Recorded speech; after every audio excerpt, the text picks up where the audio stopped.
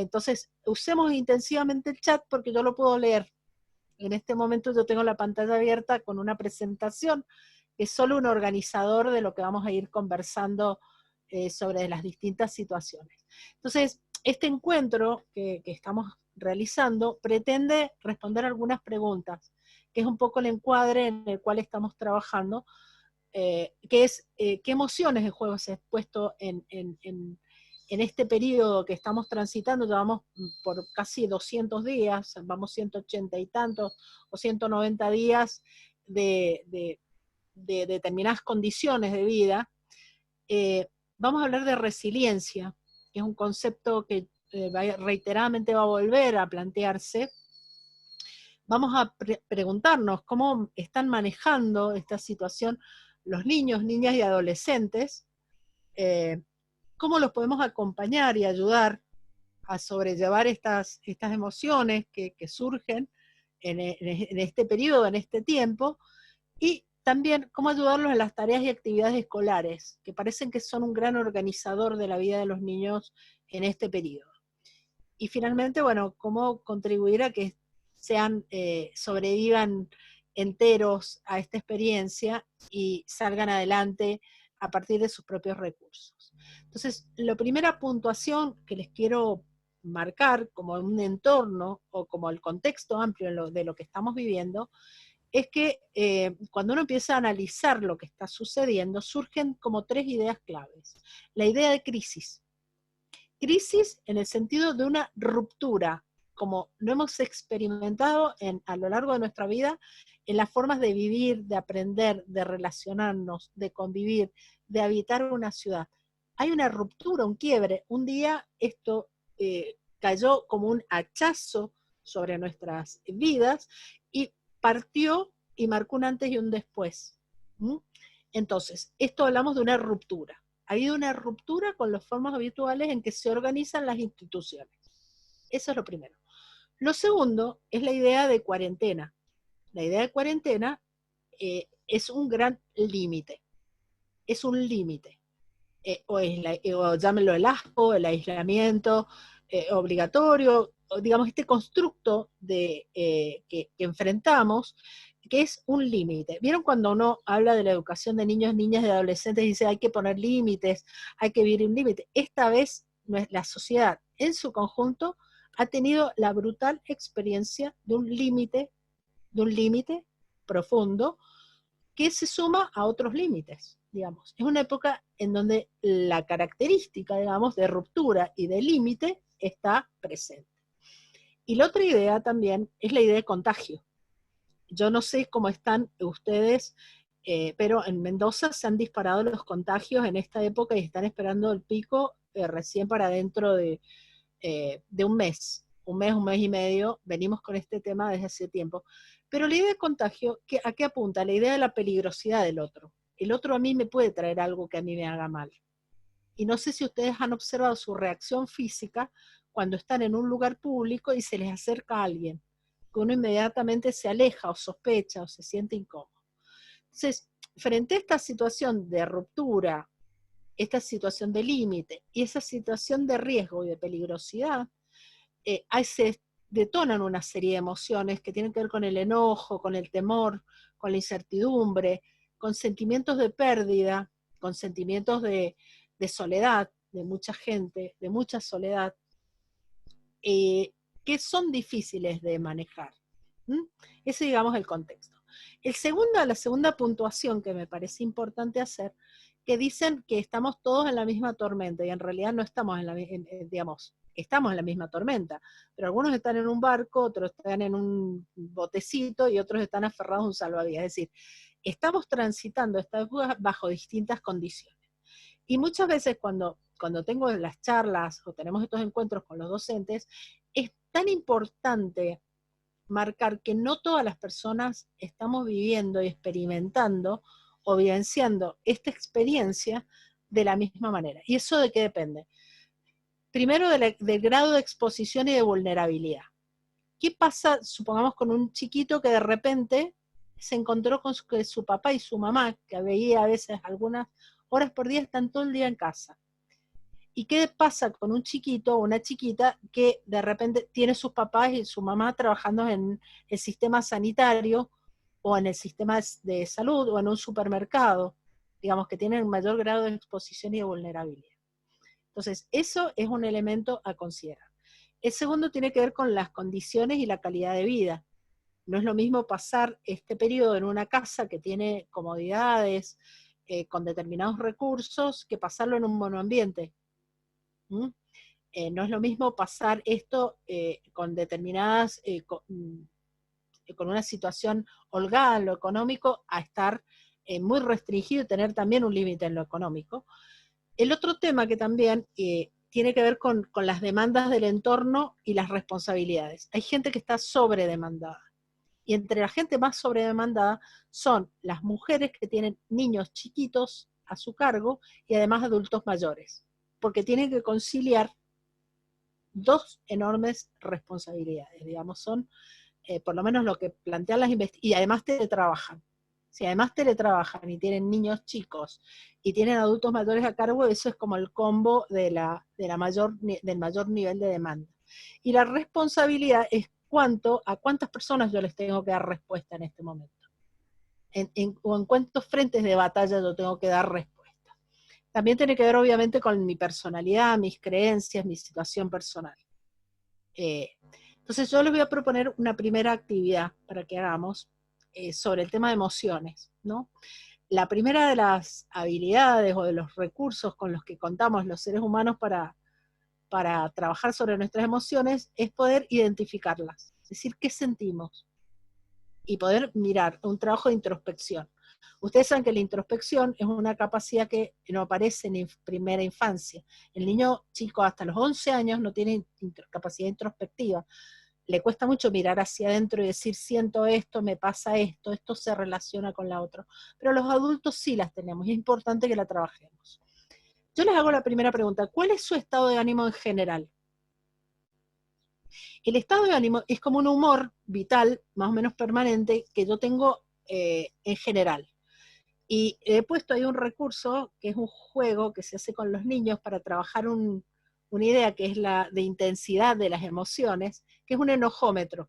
Es para trabajar intensidad de las emociones. Entonces yo acá se los propongo que juguemos con un juguete infantil, que sería este, y ustedes proyecten en esa imagen cuál sería su estado de ánimo.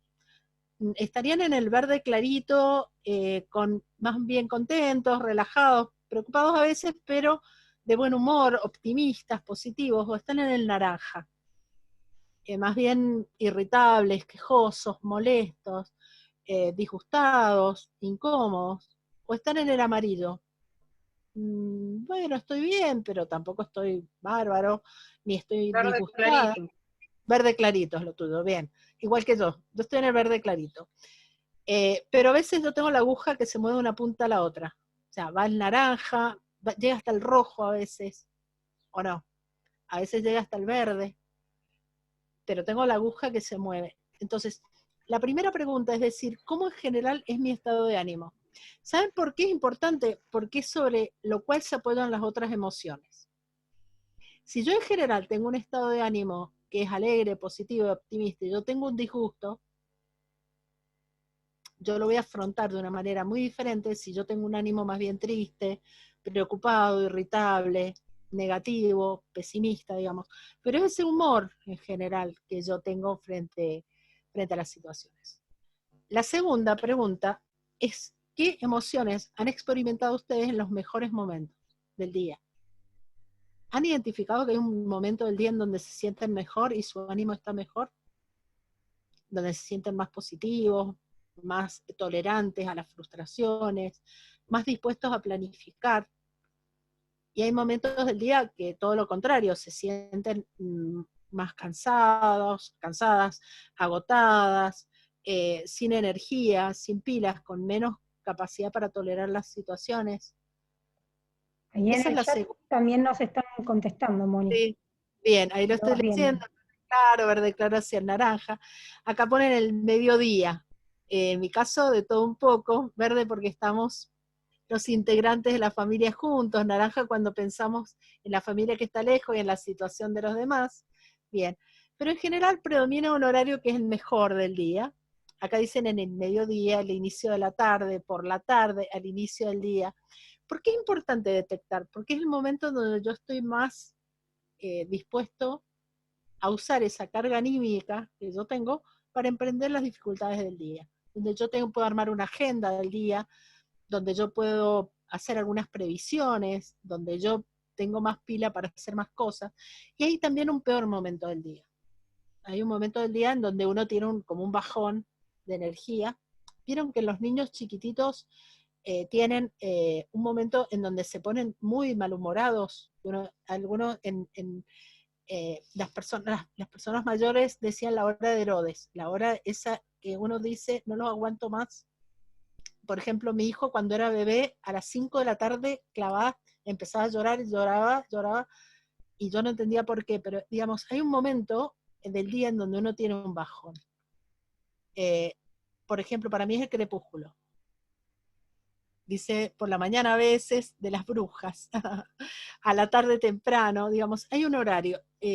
Hace unos días hablando en un grupo, un señor me dijo, hay un horario en donde no me aguanto ni a mí mismo, entonces yo me salgo de mi casa. Y eso nos lleva a la última pregunta de acá.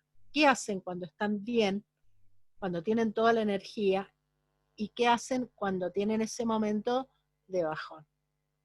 O el momento en donde ese ánimo decae y la energía decae y yo no me siento tan positiva, ni tan optimista, ni tan tolerante. ¿Mm? Yo les doy un ejemplo. Hay un horario para mí en donde fracasan mis dietas. Es de 7 a 9 de la noche, que es la hora de la cena. Es el horario en donde yo estoy con peor humor, en donde yo no escucho noticias. No puedo escuchar noticias en esa franja horaria. Porque sé que estoy menos tolerante. ¿Entienden? O sé que voy a comer más o voy a comer menos, pero digamos, hay un horario del día en donde yo no me siento del todo bien. Y es importante hacer ese trabajo introspectivo que me ayuda a ver cómo estoy de ánimo, en qué momento del día estoy mejor, en qué momento del día estoy peor, porque eso es normal. Las variaciones del estado de ánimo durante un día son normales, digamos, están dentro de lo que llamamos la normalidad.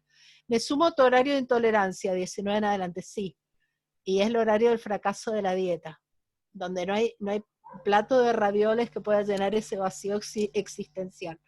Pero bueno, hay momentos del día, y eso es importante detectarlos, porque hay momentos en donde uno no tendría que resolver determinados problemas, y más en esta época. El segundo bloque de preguntas tiene dos preguntas. Una tiene que ver con el tema del contagio emocional, que es un fenómeno que está demostrado que cuando yo estoy con una persona que tiene un ánimo alegre, positivo, yo me termino enganchando con ese humor, como también me termino enganchando con el mal humor del otro, con ese humor vital que es negativo, que no es que digamos es más bien pesimista. Entonces yo les pregunto ahí, ¿qué emociones de los demás a mí me afectan en mayor medida?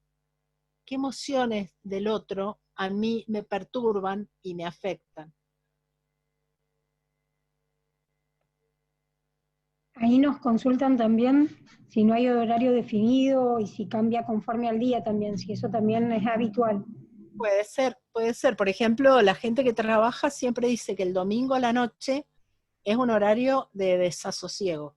Sienten mucho desasosiego.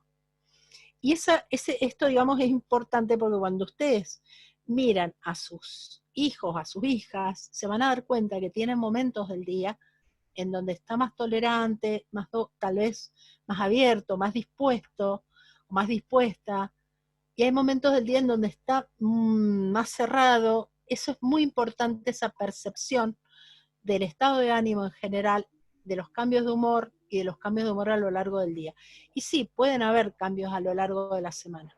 Y respecto al contagio de emociones, piensen que, no sé si ustedes han hecho un juego con sus hijos o sus hijas, siendo pequeños, que los miran fijamente a la cara y le dicen, no, tenés que durar 1 minuto serio, y se miran a los ojos, y ustedes empiezan a sonreír, nunca van a llegar al minuto completo, porque hay una especie de disposición o de programación, si quieren hablarlo de esta manera, que hace que nosotros no podamos conectemos emocionalmente con el otro, que respondamos como en espejo al tema de esas emociones. Y lo último, la última pregunta es cómo han evolucionado las emociones a lo largo de esta cuarentena o de la pandemia, desde el primer momento de irrupción, digamos, de esta crisis, en donde todos salimos a comprar rollos de papel higiénico y a copiar cosas en nuestras casas, y que fue más bien de inquietud, de ansiedad, de prepararse, a este momento en donde hemos generado algunas adaptaciones. ¿Cómo han evolucionado? ¿Cómo han cambiado? ¿Ustedes sienten que han cambiado? Porque este trabajo de introspección que yo les estoy proponiendo a ustedes como adultos, como adultas, es importante para poder ver y proyectarlo respecto a nuestros hijos y nuestras hijas. Nosotros estamos contagiándole emociones, estamos viendo esos cambios de humor, estamos viendo los momentos del día en donde están más disponibles. Entonces, bueno, hagamos este trabajo sobre nosotros. Yo les quiero comentar que de los rasgos que surgen en este tiempo y de lo que se investiga y lo que se conoce, la primera situación con la que nos enfrentamos es la incertidumbre. No sabemos qué va a pasar, no sabemos cuándo van a terminar, no sabemos cuándo van a volver, tenemos más preguntas que respuestas. ¿Y eso qué genera? Mucha inseguridad, porque yo no sé qué va a pasar. Entonces, muchas veces para ustedes, digamos, para los que somos adultos, tenemos alguna capacidad de manejarnos con las incertidumbres, pero para los niños es muy difícil. Desde que empiezan a preguntar el por qué, siendo chiquitos, quieren certezas, quieren algunas certezas. Entonces, ¿cómo construimos algunas certezas en medio de la incertidumbre? Esa sería la gran pregunta. ¿Qué genera además la incertidumbre? Una dificultad para planificar a largo plazo. ¿Yo puedo decir qué va a pasar en las vacaciones? No tengo idea. ¿Qué va a pasar el año que viene con la escuela? No tengo idea. ¿Entienden? Esa sensación de vivir del no saber. No sé. ¿Qué es lo que sé? Sé esto. Que estamos bien, que estamos sanos, que nos apoyamos entre nosotros, que vamos saliendo adelante, pero digamos, el marco de certeza se ha vuelto estrecho. Lo segundo es que esta incertidumbre provoca ansiedad.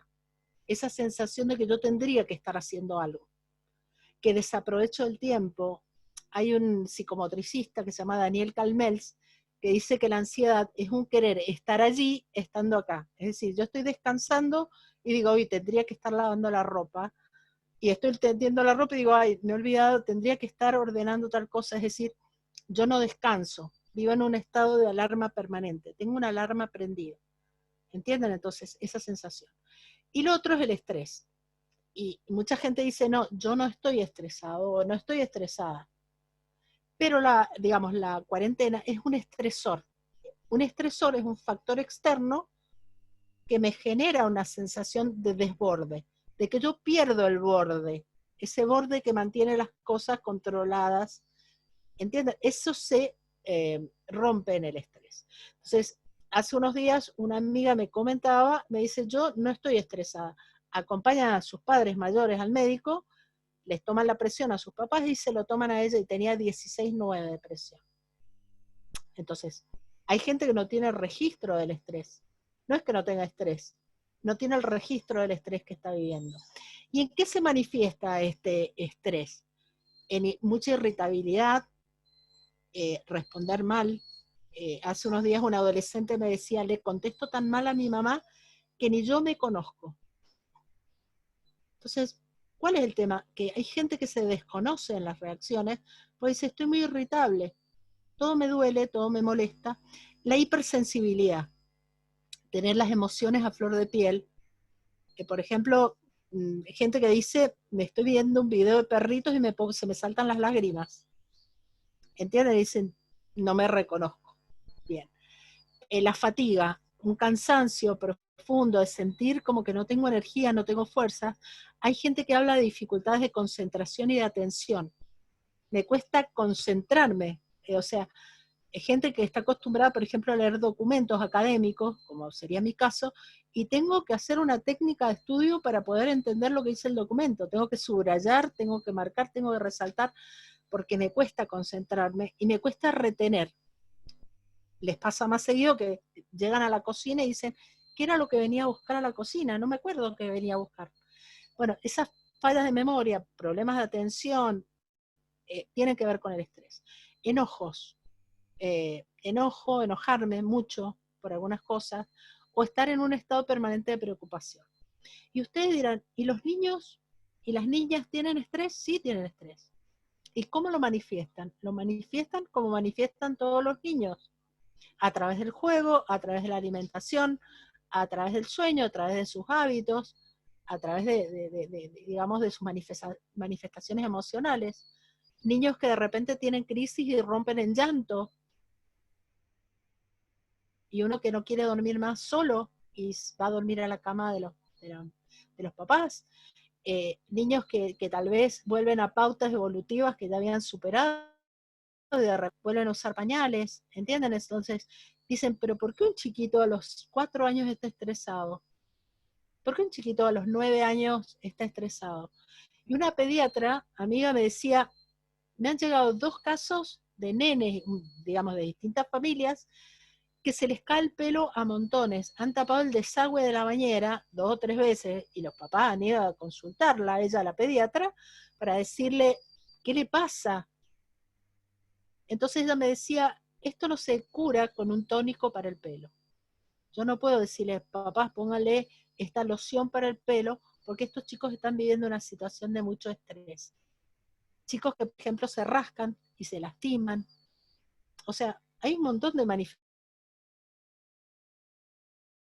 ante estas manifestaciones, y es importante este trabajo sobre las emociones. Ahí ven en el chat, Nadia, no sé, se me han ido pasando algunos comentarios, pero dicen, no sé si alcanzaste. Sí, recién escribieron que algunos dicen que los hijos no pueden dormir solos, y también dice quizás hay que curar las emociones. Sí, sí, sí, sí, así es. Y qué importante que es, mi hijo cada tanto se muerde los dedos que se lastima. Sí, son manifestaciones de estrés, de estrés, y qué importante que es el tema de que los chicos estresados lo va a manifestar y lo va a actuar a través de su propio cuerpo. Entonces, es muy importante prestar atención a estas situaciones y ver de qué manera lo podemos, afrontar. Entonces, frente a esta idea de encierro, porque muchas personas están experimentando esto como un encierro, contraponemos la idea de hogar. Si hay un lugar donde nos hubiera gustado, si nos hubieran dado a elegir frente a una crisis dónde queremos estar y con quién queremos estar, hubiéramos elegido donde estamos, que es la casa, ¿no? El hogar. Por suerte, algunas personas hemos tenido la suerte de poder quedarnos en la casa, hay gente que no, que ha quedado fuera de la casa y es más expuesta. Pero el hogar también genera una enorme intimidad emocional. De repente yo estoy muy cerca de mis hijos, estoy muy cerca de mi pareja, estoy mucho tiempo con mi pareja, y yo he roto de alguna manera los otros lazos que dispersaban, digamos, esa intimidad en otras relaciones del exogrupo familiar. ¿Entienden? Entonces, ha generado una carga de intimidad emocional con los elementos de irritabilidad y hipersensibilidad. Por ejemplo, para una mamá me comentaba que ha tenido un bebé y que tenía que volver a trabajar, dice, ha sido la mejor época de mi vida, los dos a criarlo. Dice, ¿qué va a pasar cuando esto termine? Y tengamos que esto no es la vida, no es la vida no es así para mi bebé, pero en este momento hay un montón de preguntas respecto a este tema de esta enorme intimidad emocional que ha permitido para algunas personas. Y para otra persona ha sido un punto en donde se han generado violencias. Violencias hacia los hijos, violencias en la pareja. Entonces, este tema es como un tema que puede tener estos dos filos. También nos ha permitido tiempo para hacer tareas. Dicen que de todos los objetos que se han terminado son las lijas, el papel de lija. Se ha terminado porque todo el mundo está pintando algo en la casa, está arreglando algo en la casa, está resolviendo cuestiones de la casa. Y cuando vino a Argentina Francesco Tonucci, que es un educador que se ocupa especialmente de las infancias, él planteó que para un niño pequeño habitar la casa era una aventura. Algo que para nosotros es algo tan poco interesante, pero dice que en toda casa hay un cajón en donde hay fotos viejas, en donde hay objetos inclasificables, hay armarios en donde, que no hemos revisado nunca, que están llenos de tesoros para un niño. Entonces dice, es tan importante habitar la casa, pero no estar en la casa como un lugar de paso, sino vivir en la casa. Y respecto a este tema de intimidad emocional, un señor que es albañil me dice, he descubierto que mi esposa es una persona muy simpática. Entonces yo le digo, ¿cuántos años lleva de casado? Me dice, llevo 45 años de casado. Y le digo, ¿y recién se da cuenta? Dice, que toda mi vida me la he pasado corriendo, trabajando, nunca he tenido tiempo para detenerme, para poner la pausa. Entonces yo decía, qué tremendo llegar a este momento, y bueno, en este caso una intimidad emocional que se disfruta. También he visto en niños pequeños que arman cuevitas, juntan 2 sillas, meten almohadones, ponen una frazada y arman una cueva y se meten en la cuevita. Y los papás, las mamás dicen, pero qué cosa extraña. Y dices, en realidad es una respuesta normal, es una respuesta saludable, más que normal es saludable, en donde ellos desean tener una dentro y una afuera. Quieren que armar una casita dentro de la casita para tener una dentro y tener una afuera. El otro tema del aislamiento, del estar aislado, tal vez no podernos encontrar con la gente con la que habitualmente nos reuníamos, nos ha permitido un encuentro con nosotros mismos y el autoconocimiento. Y revisar cuáles son nuestras prácticas de autocuidado. Entonces, un adolescente me decía, ¿sabés qué? Hace 20 días que no me baño. Entonces yo le decía, entonces, ¿por qué no te bañás? Y me dice, porque no salgo a ningún lado. Entonces le digo, ¿vos solo te bañás para los demás? Entonces le digo, no lo haces por vos, por sentirte bien, por sentirte como, le preguntaba, porque me parecía, y me dice, no. Entonces yo decía, ¿y quién es uno cuando no es visto por los demás? ¿Cuándo es uno? ¿Qué es uno? ¿Cómo se comporta uno respecto al propio cuidado cuando no hay otro que me esté mirando? Y respecto a las prácticas de autocuidado, fíjense que en esto se insiste muchísimo en este momento. Porque las prácticas de autocuidado tienen que ver con, ¿vieron cuando uno va en un avión? No sé si han tenido la experiencia, pero cuando uno sube en un avión le dan instrucciones. Dicen, si el avión se despresuriza, en la cabina van a caer unas máscaras que uno se tiene que colocar. Entonces, le dan las instrucciones para usar la máscara. Entonces, dentro de esas instrucciones dicen, si usted viaja con un niño o una niña, usted lo primero que tiene que hacer es ponerse la máscara a uno mismo, para después ponérselo al chico, en contra de nuestro instinto. Nuestro instinto o nuestra reacción sería, caen las máscaras, yo le pongo la máscara a mi hijo y después me la pongo yo. Entonces, la práctica de autocuidado, ¿en qué plantea? Que nadie puede cuidar a nadie si no se cuida primero. Nadie puede cuidar sin cuidarse. ¿Entienden? Entonces, el autocuidado es la única forma que yo puedo cuidar al otro. Mónica, en referencia a esto, sí. me parece que ahí hay un comentario que nos dice Sí. que muchos adultos no saben gestionar sus propias emociones, ya que es un proceso doloroso Totalmente. encontrarse con las emociones negativas. Por lo Sí, tanto, sí. los niños no pueden aprender en un sistema educativo, familiar, social a gestionar sus propias emociones al no encontrar espacios. Tiene que ver con esto mismo que vos decías. Sí, ¿no? totalmente. Por eso el primer ejercicio fue reconocer nuestras propias emociones y ver con qué estamos lidiando. Porque si estamos enojados y tristes, incómodos, molestos, estamos contagiando eso a nuestros hijos. Ese es el fenómeno de contagio. Y en este caso de cuidarse para cuidar, es un tema muy a trabajar, es un tema muy pendiente en la educación. El autocuidado es hacerse responsable del propio bienestar. ¿Entienden? Entonces hay mucha gente que no se hace responsable del propio bienestar por cuidar al otro. ¿Entienden? Entonces se encuentran con mamás que tienen los hijos con todos los controles pediátricos y hace 5 años que no se hacen los estudios ginecomamarios. ¿Y de qué le sirve a un chico tener toda la salud si su mamá se está poniendo en riesgo su vida? ¿Entienden? Entonces, el principio del encuentro con uno mismo es poder analizar qué prácticas de autocuidado puede poner en juego, porque si yo no me cuido, no puedo cuidar. Eso es un tema. Y el otro punto tiene que ver con la distancia social y ver qué lazos realmente me importan, qué gente me hace bien, con quién me voy a conectar y con quién voy a ejercer lazos de solidaridad, porque es una época que pone a prueba la solidaridad, pone a prueba y la interdependencia. Si el otro depende de mí y yo dependo del otro, alguien tose en China y nos enfermamos acá. Es así, el mundo está interconectado y somos interdependientes. ¿Y cómo yo elijo con quién quiero conectarme? Porque yo digo, si yo tengo una práctica de autocuidado, que es sostener la conexión con el otro, yo digo, todas las semanas, todos los días le voy a mandar un mensaje a algún amigo o una amiga. Yo mantengo una conducta de contacto, de conexión, de contacto, y yo sé pedir ayuda y yo me protejo de cosas que me hacen mal. Entonces, hay 3 temas enlazados para ejercer una paternidad, una maternidad que sea saludable.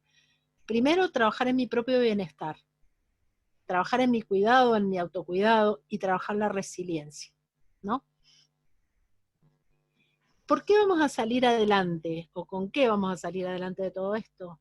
Bueno, vamos a salir adelante porque tenemos una capacidad de resistir y una capacidad de adaptarnos, la doble capacidad.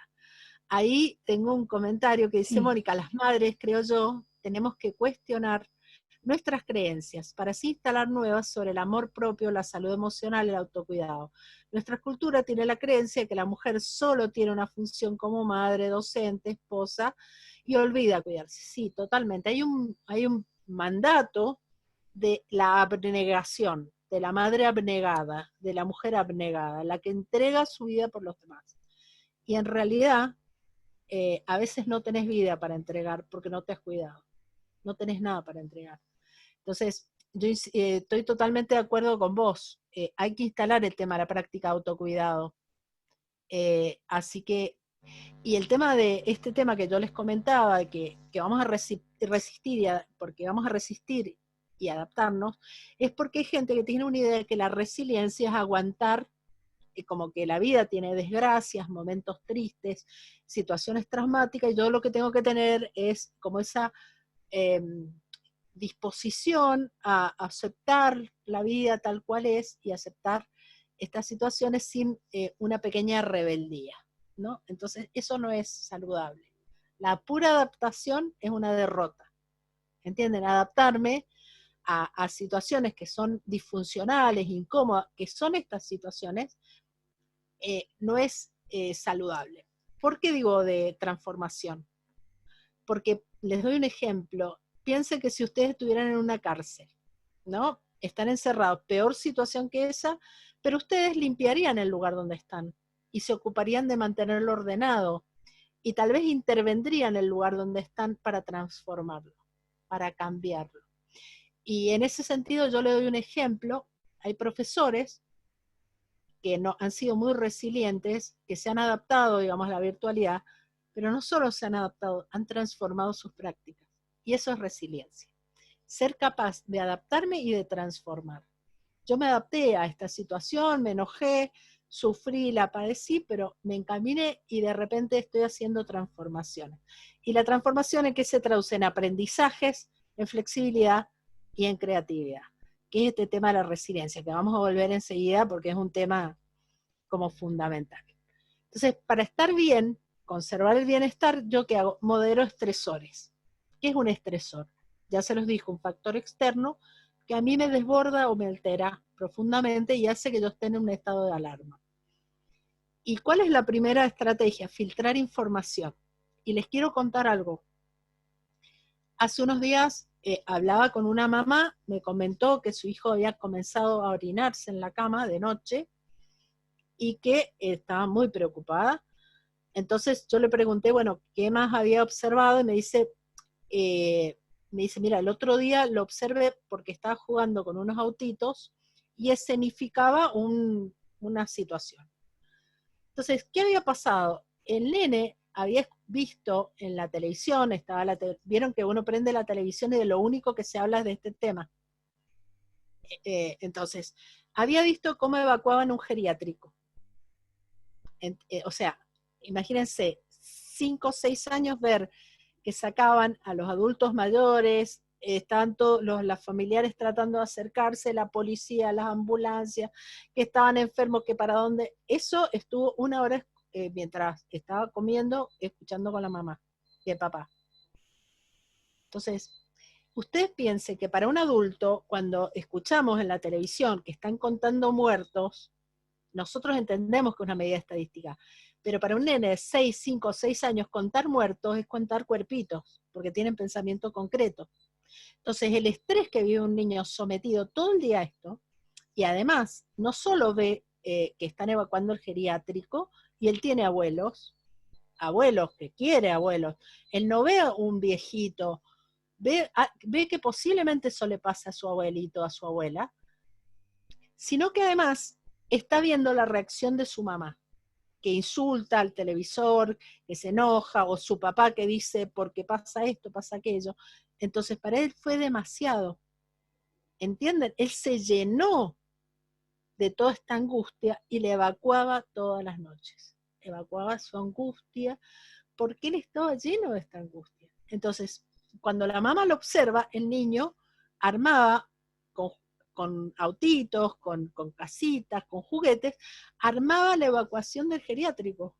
Así, el juego de él, el niño intentaba elaborar un poco lo que había visto. Entonces, ¿cuál es el tema? Digamos, más allá del caso que yo les cuento, la situación esta, es que los chicos no pueden estar expuestos todo el día a noticias, y menos en el horario en donde están más vulnerables. Cuando tienen sueño y cuando tienen hambre. Eso elemental. Lo segundo, volvemos al autocuidado. ¿Cómo les enseñamos a los chicos a cuidarse? Les hemos enseñado a lavarse las manos. Pero ¿cómo cuidar con que se alimenten saludablemente, que hagan ejercicio? Porque hay muchos factores asociados al autocuidado. Y el tercer punto tiene que ver con la expresión de las emociones. Hay unos versos de Shakespeare que dicen, dad palabras al dolor. La pena que no habla invita al corazón a romperse. ¿Entienden? Entonces, expresarse es hacer un dibujo, hacer arte, manufacturas, poder hacer cualquier actividad que permita expresar la emocionalidad. Acá tengo un comentario, dice, los niños aprenden no solo del discurso de cuidarte, por ejemplo, si ve una padre o una madre que no se ama, ¿cómo aprender a amarse, a cuidarse si los ejemplos no están, si hay adultos ¿Terminaste mi vida? Sí. Y por acá no se mira tele, dice, bueno, a veces uno no se da cuenta, pero en este caso hay que filtrar, hay que tener un filtro de este tema. Y respecto al tema del lazo emocional, ver qué circunstancias hay para expresar emociones. Entonces, les doy un ejemplo, una crisis de llanto, el niño tal vez está llorando porque necesita descargarse, no le cortemos, digamos, podemos abrazarlo, hacerle compañía, dejarlo que se descargue y que se alivie, porque está expresando la emoción, hay una expresión emocional. Entonces, estos son elementos que me parece que es importante ir marcando. Entonces, hay como una segunda actividad, es cómo ustedes están viendo que sus niños cercanos, sus niños, sus niñas, o sus adolescentes están viviendo esta etapa. Cuando ustedes los miran y observan, ¿qué es lo que ven? Yo, en mi caso, voy a empezar para ayudarlas a que se animen, ayudarlos también. Yo tengo un hijo, tiene 21 años, y yo al principio lo vi que dormía una cantidad de horas que me quedé asustada. Me asustó. Yo digo, esto es una marmota, se ha convertido en una marmota que duerme y está hibernando. Eso me preocupó. Y hablé con una colega y una amiga y me dijo, yo estoy preocupadísima de la cantidad de tiempo que pasa frente a la computadora. ¿Entienden? Entonces lo veo, yo al mío lo veía como dormilado, parecía como un zombie. Y en el caso de mi amiga, que lo veía dice, lo veo como alterado, porque está siempre en los juegos, dice, está comiendo y está moviendo una pierna y le salta el pie como si tuviera, como mi abuela cuando manejaba la máquina de coser Singer, dice, yo le digo que está cosiendo máquina, porque mueve el pie y patea el borde de la mesa y nos vuelve locos a todos porque está alterado. Entonces yo les pregunto, vamos a empezar de que todos hemos tenido que afrontar alguna particularidad en nuestros hijos en esta época. ¿Qué han visto? ¿Qué es lo que han visto? ¿Qué les ha llamado la atención? ¿Qué tipo de emociones le han llamado la atención? O de repente, o reacciones, o respuestas. El exceso de conectividad, sí, es una preocupación de muchos papás que el año pasado todos decíamos, basta de pantallas, cortemos las pantallas, no el celular en la escuela, y este año estamos haciendo otra cosa, que duerma con nosotros, la conectividad, sí, el dormir mucho, la irritabilidad, contestan muy mal. Mi sobrina me preocupa, está en sexto de no sé qué es, la educación, irritabilidad, enojo, llantos, angustia, mucha tecnología, mucha apatía, tristeza, lloran, se enojan. Tengo niñas chicas y las veo contentas, en cambio los adolescentes están gran parte del día manifestando enojo. Es de educación secundaria, gracias. Está frustrada, mi hijo tiene 7 años, llanto desmedido, por cuestiones menores. Bien. Es así, digamos, los chicos están manifestando, ustedes lo ven ahí, el tema de la apatía, el tema de la irritabilidad, el tema de el desencanto, la desesperanza que nos asusta, y de hecho en las encuestas que hemos hecho a los profesores, profesoras, les llama mucho la atención la desmotivación, mucha conectividad, la angustia. Mi hija adolescente venía bien hasta que hace 2 semanas estalló en llanto de la nada. Bueno, el estrés. ¿Vieron cuando dijimos que a veces uno no tiene registro del estrés? Los chicos no tienen registro de lo que les pasa hasta que un día estallan. ¿Mm? Los mayores decían la procesión va por dentro. Bien. Hace muchos días tiene miedo por los abuelos, por los padres, el miedo, la angustia. No pueden concentrarse en las actividades de la escuela. Bien. Digamos, ustedes mismos están manifestando que los chicos han tenido, que todo esto que está pasando, ha tenido un impacto emocional, ha alterado esa base emocional de los chicos, que a diferencia de los adultos, que podemos llamar a una amiga, a un amigo y decirle, ay, la verdad que hoy estoy re mal, estoy preocupada, me siento esto, siento aquello, es muy raro que un niño, una niña, un adolescente ven que les diga siento esto. Lo viven, lo expresan, lo manifiestan. Entonces, qué importante es estar disponible y tener tolerancia a estas manifestaciones. Y tampoco asustarse en exceso, porque tienen mucho que ver con las circunstancias de la época. ¿Qué es lo que les hace mal a ellos y a nosotros? ¿Qué nos hace muy mal? Yo ahí les he marcado algunas de las cuestiones que hemos ido hablando con algunos de los papás y las mamás y con los mismos chicos, qué cosas odian. Ahí tengo un comentario, Mónica, también está muy latente el miedo a la muerte. Sí, totalmente. Chicos muy preocupados por la posibilidad de muerte de los padres, preguntando por la muerte de los padres. El tema de los duelos, de cómo atravesarlo el duelo, ¿sí? Este cambio trajo en nuestro caso que ellos se sienten que su lugar es el lugar más seguro. Está bien, se sienten protegidos. Hay un elemento de protección importante. Pero aún así, no te extraña que un día tengan una reacción atípica. Pueden estar súper contentos y de repente un día, pero digamos, es parte de esta época. No voy a decir que es la nueva normalidad ni que es normal, pero es lo típico, es una reacción típica de esta época. ¿Qué cosas nos hace mal y les hacen mal a ellos? La queja constante. ¿Saben por qué? Porque el que se queja vive en la falta, vive instalado en la falta. Ay, porque esto no funciona, ay, porque no me trajeron tal cosa, porque vos no me contestaste, porque no hiciste las tareas. La gente quejosa vive en la falta. y genera una sensación de insuficiencia y de falta, y genera un clima muy difícil de manejar para los chicos.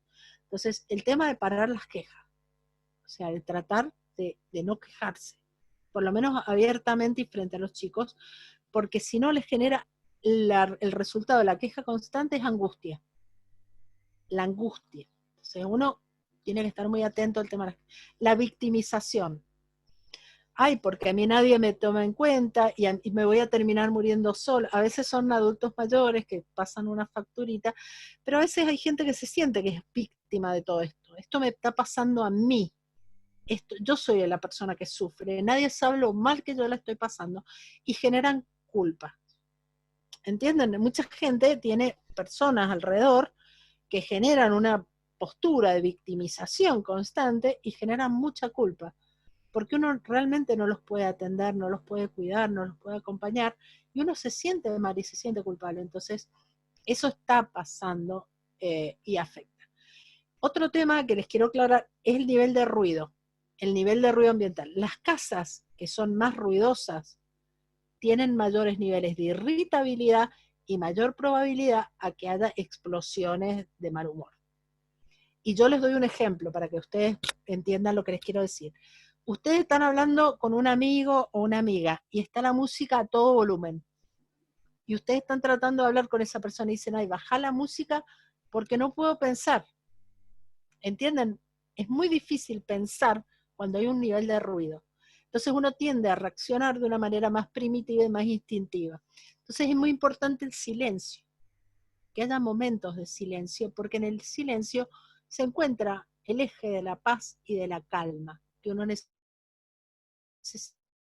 como para dar esta situación. A mí me pasa, por ejemplo, que cuando yo voy con la música a todo volumen en el auto y voy a estación, bajar el volumen para poder estacionar atrás. Mucho mejor cuando no hay tanto ruido. Entonces,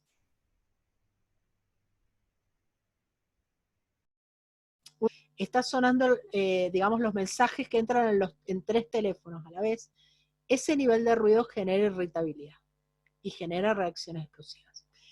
El otro tema que nos hace mal es no poder aislarnos, porque estamos todos viviendo tan pegados que no tenemos momentos para estar solos y solas. Entonces una mamá que tiene una nena de 3 años y un nene de 5 me decía, yo no puedo ir al baño sola. Yo voy al baño con la puerta abierta, porque si yo cierro la puerta sé que se va a armar algún lío, y dice, no puedo, no puedo aislarme. Entonces yo digo, en el momento en que uno los acostó, apaga la luz de la cocina, o le dice, mira al marido, ocupate vos, déjame, necesito un rato para salir y estar tranquila, o el marido le dice a la mujer, mira, necesito un ratito para despejarme. La necesidad de aislarse es real. Y por ejemplo, en los adolescentes, piense que un adolescente está en la etapa en donde se separa de los padres, toma distancia de los padres y se acerca a los padres. No puede hacer ninguna de las dos cosas que son tareas de la adolescencia. No se puede separar porque está ahí metido con ellos, y no se puede acercar con los padres porque no con los padres. Entonces, los adolescentes se aislan.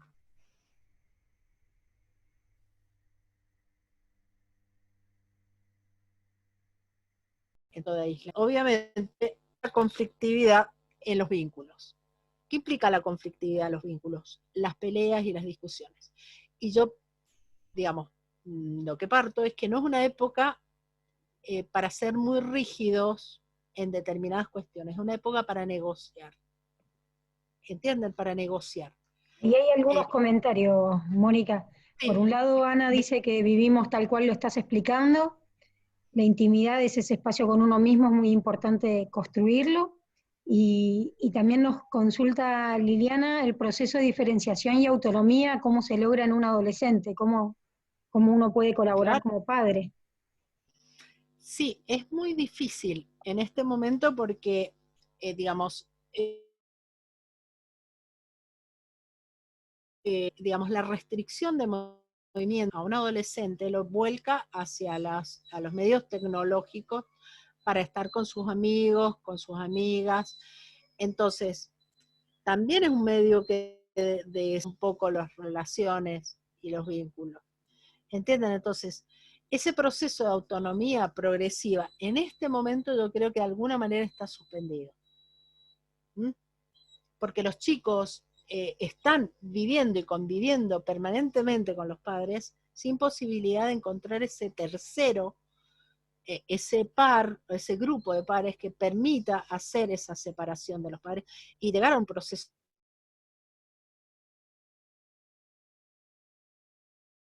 de autonomía dentro de lo posible. Entonces, yo he visto papás que los han involucrado en arreglos de la casa, en pintar una habitación, en armar proyectos juntos de arreglo de cosas, mamás o papás que han dicho, bueno, compartamos habilidades, hagamos experimentos, aprendamos algo nuevo, buscate un tutorial en tal lugar y hagamos tal cosa, pero están compartiendo en realidad con los papás. No les queda otra en realidad. Y son creo que los más afectados en esta etapa. De hecho, hay una encuesta que hizo UNICEF y planteó que el 50% de los adolescentes está preocupado, triste o angustiado. ¿Entienden? Entonces, la mitad de los chicos están pasándola bastante difícil. Por eso también insisto en el tema de no presionar demasiado. Hay que tener mucho cuidado con presionar, porque ya están bajo mucha presión. Y poner más límites sobre todos los límites que tienen también es difícil. Entonces, les doy un ejemplo. Ustedes van y le dicen, tenés que hacer las tareas. Y el niño hace un tremendo escándalo, crisis de llanto, llora. Entonces, ¿qué hace uno? Lo obliga. Hay papás que les pegan. ¿Entienden? Que tienen tanto nivel de frustración y de enojo y no pueden manejar sus emociones que terminan descargando esa ira y esa frustración sobre los hijos. ¿Entienden? Por un mal manejo, digamos, de esa tensión, de todas las tensiones que implica esta situación que estamos viviendo. Pero lo importante es negociar, les digo yo. Entonces, si yo le digo, bueno, no la querés hacer ahora, está bien, yo lo entiendo que no quieras, entiendo tu no quiero, ¿no? Lo entiendo. ¿Qué querés hacer? Quiero ver una película. Bueno, terminás de ver la película y después hacer las tareas. Pero yo no presiono más, porque estamos todos muy frágiles. Hay una enorme fragilidad. Entonces, yo creo que es importante un poco ir por ese lado de la negociación. Hay como 3 factores, digamos, a considerar. Uno es estar en control de la situación y dividir el problema, el gran problema, en pequeños problemas. Trabajar un poco la autorregulación, y para eso hay que aprender a relajarse. Ayer estuve en una charla para un colegio y les pregunté cuál de las prácticas de autocuidado era la que más les costaba. Relajarse. Relajarse es la práctica de autocuidado que más les costaba a los adultos con los que estuve hablando. Y obviamente lo que hemos hablado del autocuidado. Entonces, acá tenemos la tercera actividad y yo les pregunto cómo ven a sus niños, a sus niñas, frente a sus tareas escolares. ¿Cuál de estas imágenes, de todas estas, los representaría? En su habitación, tal cual. Su habitación es sagrada y es un espacio, tienen que enmarcar un espacio, tienen que delimitar ese espacio. La importancia de escuchar al otro, la conversación como habilidad, muy bien. Bien. Ahora bien, ahí tienen las imágenes.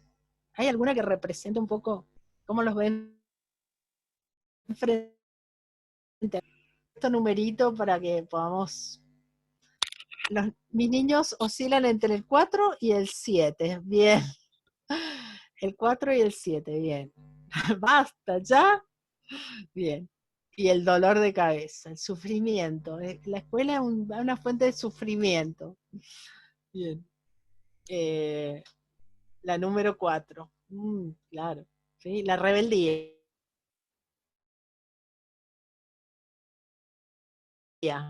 Completamente las 7. O sea, no solo se revela, sufre. Bien. Todos los estados han pasado. Todos los estados. Bien. Eso Miren. también en voz alta, Mónica, y qué difícil los niños que le ha llegado el hermanito en plena cuarentena. ¿no? Otra cosa más, otro factor de estrés, van sumando. Sí. Acá 7. Bien, bien, 7. Mis nietos dicen entre 2 y 7. Bien, están ahí. Bueno, ven, estas son las reacciones más o menos típicas que tienen los chicos frente a la demanda de tareas escolares. De este tiempo en donde tienen que responder exigencias académicas y depende mucho también de la escuela. Hay escuelas que han timoneado muy bien esta situación y los chicos están contentos con las actividades. Y hay escuelas donde los chicos realmente las padecen. Padecen las tareas escolares porque les están costando demasiado y no encuentran apoyo o mediación a veces para realizarlas. Pero fíjense, en la primera imagen tenemos un chico que siente, una chica que siente que su cabeza va a explotar, que siente y dice, mi cabeza va a explotar porque es demasiado esto para mí. No me puedo concentrar, no puedo trabajar. El segundo es el que comienza a estudiar y se distrae, juega, como que no engancha. Ahí tienen el tercero que sufre y le duele la cabeza.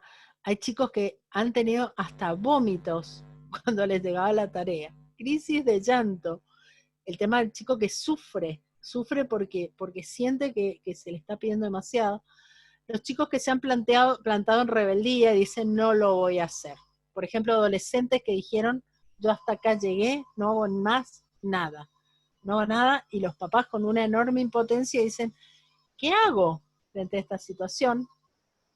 Los chicos que tienen sentimientos de insuficiencia, de tristeza, de enojo, y otros que están totalmente relajados y no le importa si el año termina, si les va bien, si les va mal. Acá dice, me preocupa además toda esta situación de retraso en el aprendizaje. Dolor de panza, que el aprendizaje está en segundo plano en estos tiempos. Le decimos es tu obligación. Sí, es una responsabilidad que ellos tienen en este momento es hacer las tareas. El tema es que la primera yo lo que les pido es que ustedes traten de focalizar es cuál es la primera reacción cuando llegan las tareas. ¿Entienden? Entonces, esos minutos que pasan cuando el chico recibe, lee la tarea y se enoja y se frustra y se expresa, hay que dejar que pase y después decirle, bueno, ya está, ya pasó, bueno, ahora vamos a ir parte por parte. Primero vamos a hacer un poco, después vamos a hacer otro poco. Y también lo importante que es que uno hace las tareas, termina las tareas, guarda todo de nuevo, lo guarda. No puede quedar todo el material con el que hace las tareas todo el día sobre la mesa. ¿Entienden? Tiene que haber un horario o un corte que diga, acá empezamos y acá terminamos. O hacemos una parte ahora y hacemos otra parte en la tarde. Eso es muy importante. Hay docentes que han sido muy creativos, sí, coincido. Y llegan a los chicos de lo vincular, sin duda. No tanto del contenido pedagógico, sino desde lo emocional. Sí, coincido con vos. No, se lee perfecto. Lo que más me preocupa es que se extraña compartir con los compañeros, los extraña mucho el jugar. Hace poco me comentaba una mamá que salió con su hijita que tiene 6 años y se había puesto el tapabocas la nena y caminaron una cuadra y le dijo, mamá, no puedo respirar y se tuvieron que volver. Y me dice, eso es una crisis de angustia, de ansiedad. Sí, le digo tal cual. Y me dice, y el otro día que también salimos, porque estoy tratando de que salga de la casa, salga más seguido, digamos, que podamos dar una vuelta y todo lo más, se encontró con unos compañeritos de la escuela y no sabían cómo comportarse. Y yo digo, debe ser muy doloroso, muy triste, ¿no? Si puede jugar, los puede abrazar, se puede acercar. Pero bueno, estamos viendo todas estas manifestaciones, entonces esto está pasando en los hogares. Digo, esto que vemos acá de chicos enojados, rebeldes, chicos que no quieren hacer las tareas, como también chicos que están contentos, está pasando. El tema es cómo reaccionamos nosotros como adultos frente a esa situación. Dice, la autoexigencia de los adultos provoca mucho estrés. Sí, es el gran estresor. El tema de que el chico tiene que rendir cuando a veces no está en condiciones emocionales de hacerlo. El adulto debe relajarse. De eso hemos estado conversando en este tiempo. Pase lo que pase con sus niños, con sus niñas, con sus adolescentes en esta época, ustedes tienen que recordar algo muy importante. Tienen una capacidad que se llama resiliencia. La resiliencia es una capacidad humana que tenemos para superar dificultades, traumas, dolores, saliendo fortalecidos y aprendiendo del proceso. Hay papás que hablan y dicen, yo he notado que ha madurado un montón. He notado que ahora es más independiente para hacer las tareas. He notado que ha mejorado mucho el lenguaje, habla mucho mejor. ¿Entienden? Más allá de los cambios negativos que podemos ver o de reacciones que nos asustan, también hemos visto cosas positivas. ¿Entienden? Van emergiendo como esa ramita de ahí abajo, va emergiendo un brotecito de algo bueno, algo nuevo, algo que crece. Entonces, para que ustedes entiendan la idea de resiliencia, hay dos imágenes ahí. La de arriba, ¿a qué alude? Que si yo desde un 10º piso tiro un jarrón de cristal, va a caer al piso y se va a romper en 1000 pedazos. Si yo tiro una pelota de goma, la pelota va a rebotar. Porque la idea de resiliencia es volver a tomar la forma. Es decir, que a pesar de esos golpes que me ha dado la vida, yo he salido adelante. Y si ustedes analizan en su vida, algo en algún momento les debe haber pasado que les dolió profundamente, que ustedes tal vez sintieron que no iban a salir adelante. Y sin embargo salieron adelante y la vida siguió y poco a poco se fueron recuperando, pero aprendieron algo. Entonces, ¿de qué depende lo que dice la primera imagen? Que no importa tanto lo que nos pasa, ¿entienden? El dolor enorme que podemos tener, sino de qué estamos hechos, ¿entienden? El que es rígido, el que quiere mantener la forma, el que es, las cosas se hacen de esta manera y no ha tenido flexibilidad, se termina quebrando ante esta situación. Pero el que es flexible y es consistente, flexible en qué sentido, como esa pelota de goma, rebota, se adapta, pero también tiene consistencia, es decir, tiene alguna fortaleza, un coraje interno, porque la idea de coraje está en la idea de resiliencia. Y la imagen de abajo es la idea de que aunque parezca que algo está seco, muerto, hay algo que sigue vivo y que va a volver a florecer. Esa es la idea, digamos, de la resiliencia, ¿no? Que a veces uno ha pasado por una situación de la vida tremenda, tremenda, que uno creyó que no iba a salir adelante y vuelve a florecer. Digamos, esta es la imagen de la resiliencia. ¿Y con qué tiene que ver?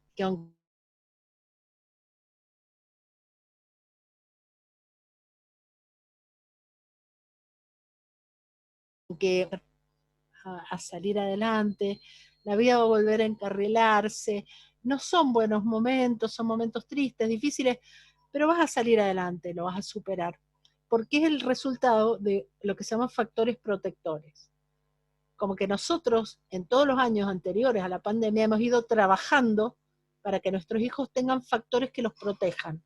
¿Entienden? Hemos nutrido esos factores protectores. Su autoestima, su capacidad para conectarse con ellos mismos, el buen humor, ese pensamiento ético de hacer lo correcto, el pensamiento crítico, ¿no? Y tienen ahí una imagen muy bonita, ese corazón roto del cual se hacen alas, ¿no? Esta es una imagen de un grupo de papás que ha perdido a los hijos y que dijeron, bueno, de este corazón roto yo hice mis alas para poder ayudar a otros papás en esta misma situación, ¿no? Entonces yo los invito a la cuarta y última actividad que tiene que ver con la resiliencia. La resiliencia nos lleva a 3 preguntas. ¿Cómo afrontamos los problemas? ¿Entiendes? Se nos cae un plato al piso y decimos, ay, esto es un desastre, se me cae todo, soy una mano floja. O digo, bueno, un plato menos, ya está, ya pasó. ¿Entienden? La actitud resiliente es decir, afronto los problemas y no hago una catástrofe de problemas. Es un problema. Si tiene solución, lo soluciono. Y si no tiene solución, no me preocupo. Pero tengo un manejo de los problemas. La segunda es cómo protegemos nuestra vulnerabilidad de los demás. Cómo ponemos límites a los demás. Porque ser resiliente es ser capaz de poner ese límite al otro, a los otros, a la invasión de la televisión, a determinadas cosas, a la música a todo volumen. Yo pongo el límite porque me protejo. porque busco mi momento de aislamiento.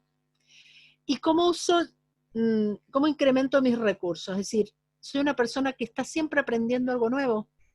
En esta pandemia, ¿qué aprendí? Yo, por ejemplo, aprendí a hacer pan.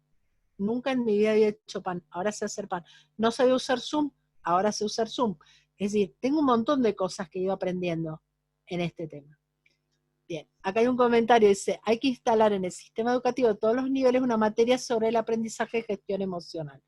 Es una necesidad del ser humano para mejorarnos como tales y ser resilientes.